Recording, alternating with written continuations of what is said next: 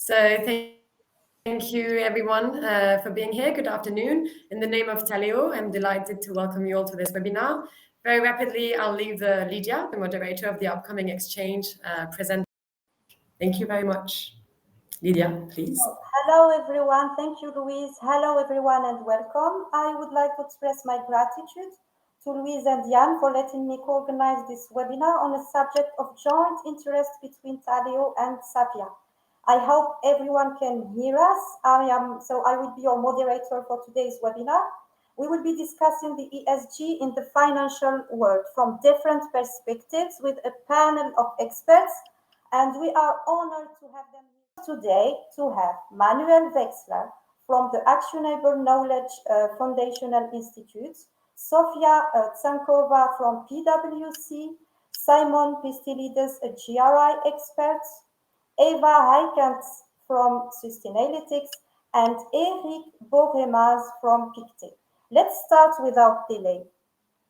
So the first point of our today's plan covers the green finance trends, including the digitalization and some pieces of definition. We are happy to uphold this first point with Manuel. So I pass the floor to Manuel. I'm going to talk today about green finance trends and expectations. And I'll take a very direct approach because before even going very deeply in green finance, I want to make sure that we have a clear taxonomy. And we noticed that about 50% of the people use interchangeable ESG and sustainability. And the other 50%, they think it's one and the same. So I'll try to clarify this today. If there is one point I would like you to take out of this presentation is please have a deeper understanding of the terms and the terminology and the taxonomy we use, because without that, we're really not communicating. It's not a language barrier, it will be the understanding barrier. So what I'm showing here is in the last 8 years, and especially in the last couple of years, there is a large movement of funds toward what is called green investing. And green investing covers both ESG and sustainability. And I'll explain later how these are different. But right now, when we're looking at sustainable, and let me repeat, sustainable green investment, we are looking usually at the investments through three perspectives. We are looking through what is called the triple bottom line, by the way. We are looking about people and the impact on people. We are looking at about the planet, the health, the impact on the planet that all the humans' activities, and in this particular case, the enterprise activities, are impacting on the planet. And of course, when we talk about free enterprises, when we talk about the need for profits, the need for finance, the profitability is also a key indicator. So quickly to repeat, there are really three different perspectives: people, the planet, or the profit, and the profits, which we also call the triple bottom line. And it covers environmental, social, economics, governance, and the financial technology, which I'll talk a little bit more details on the next slide. And as we move on,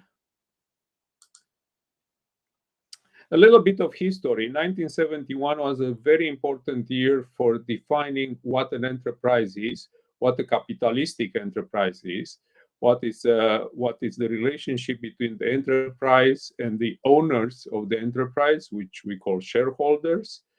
And that came up under the dictum and an article by Milton Friedman, an economist which received the Nobel Prize. And his clear message to the enterprises was a singular, very focused message. And the message was the only responsibility of a management and the board of directors is to focus on the welfare of the shareholders.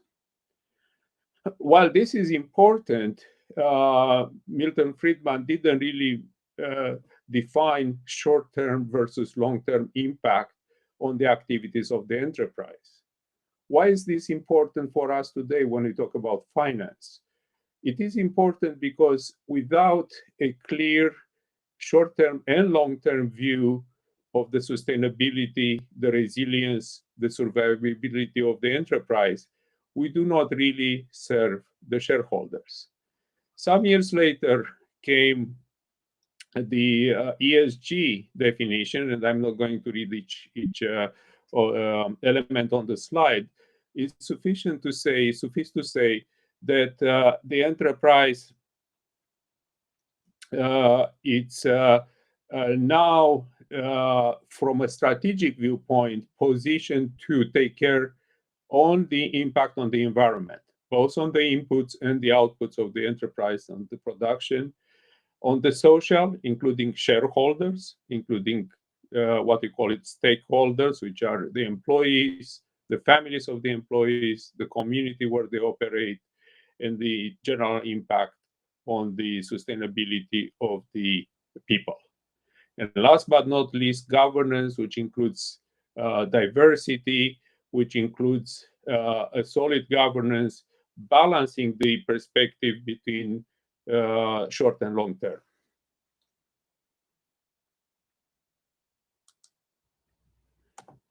Let me share very quickly a story, and I'll do that in order to try to put a really clear line between sustainability and ESG.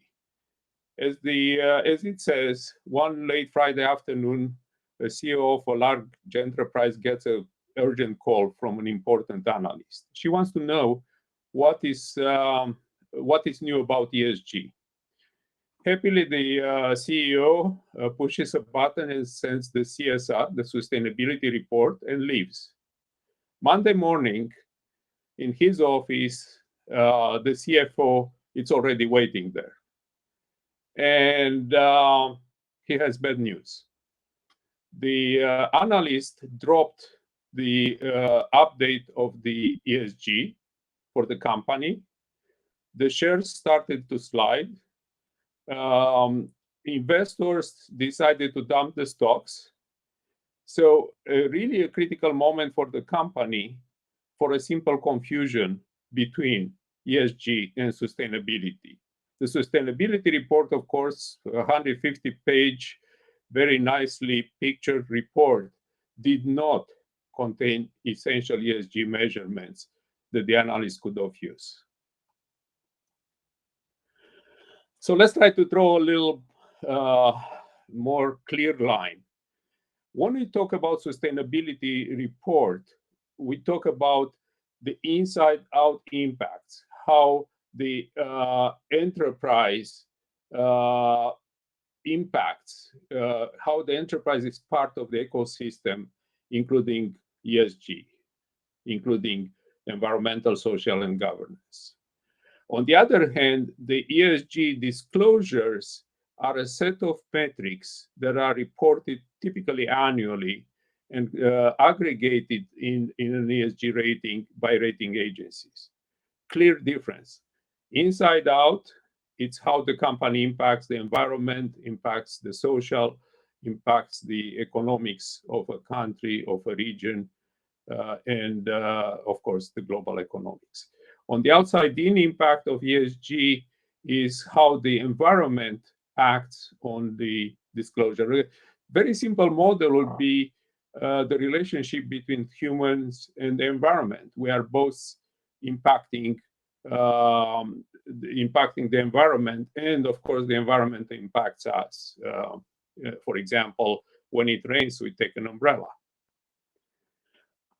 Let's continue a little bit and bring in the third element, and the third very important element, which is not typically included in sustainability and ESG, with some footnotes there. But really, digital transformation, it's another element that brings a very powerful impact on the companies. About 70% of the companies' digital transformation projects fail, and they fail primarily because they don't look at the impact on people, but also they have to consider the process, the technology, of course, AI, and so on, the strategy, and the governance. So to keep in mind, there are three elements that should define the impact of a company. Impact in and impact out of the company. Let's take a very quickly a look of an example of how a company manages green finance. And this is MasterCard. I'm sure everybody knows it. And MasterCard now ask all the employees to have in their KPIs ESG goals. And of course, these are connected to bonuses. So now the whole company as a whole, as an entire entity, will keep a watch on the ESG performance, on how the environment impacts the company and how they should respond to a sustainable strategy. One other element, and of course we can spend hours talking about the SDG, the Sustainable Development Goals of the United Nations. But what I put here is the impact of fintech. Fintech, which brings to I think right now we have about 9 billion people, so probably about 4 to 5 billion adults which could use banking, and they do not have access. And through the impact of technology, they can access loans. I'm sure that some people in the audience are familiar with microloans, with micro-lending, and other impactful financial instruments that can be brought to people. And this is just one of the many examples we can bring about the relationship between digital transformation, fintech, and the SDG, the Sustainable Development Goals.